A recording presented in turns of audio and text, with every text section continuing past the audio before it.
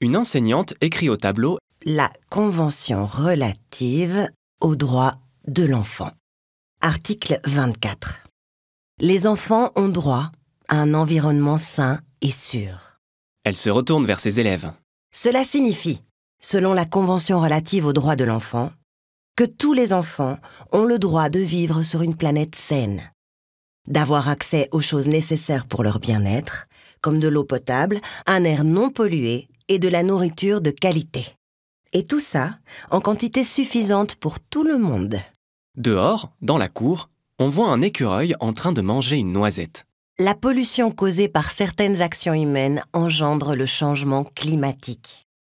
Cela signifie que la température de la planète devient plus chaude. Et cela entraîne des catastrophes naturelles, ainsi qu'un manque d'eau et de nourriture, surtout dans les pays les plus pauvres, alors que la pollution est davantage causée par les pays les plus riches. Pendant ce discours, on arrive sur Diego, qui rêvasse en regardant par la fenêtre. Mais ça devient vite cauchemardesque et bizarre au fur et à mesure du discours de la professeure. « Hé, Diego, tout va bien? Ce que je dis te rend anxieux? Je comprends. Je vous explique tout ça afin que vous preniez conscience que vous êtes les citoyens de demain, mais également les citoyens d'aujourd'hui.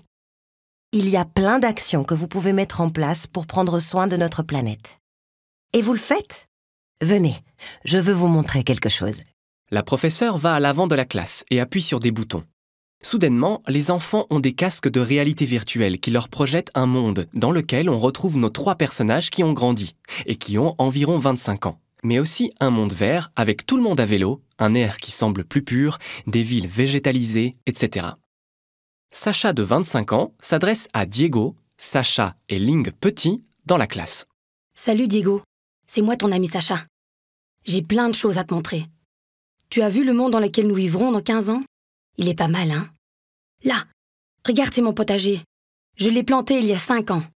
Tu te souviens de mon vélo Flash? Je l'ai finalement gardé. Je l'ai réparé et maintenant il m'emmène presque partout.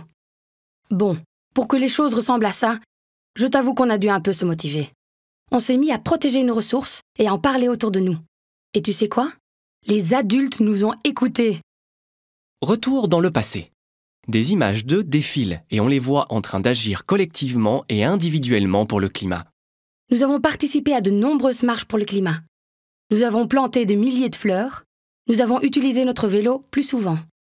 Allez, maintenant, c'est à vous de jouer. Agissez pour vos droits. Et nous, on se retrouve dans 15 ans. Sacha, adulte, fait un clin d'œil et la réalité virtuelle s'arrête.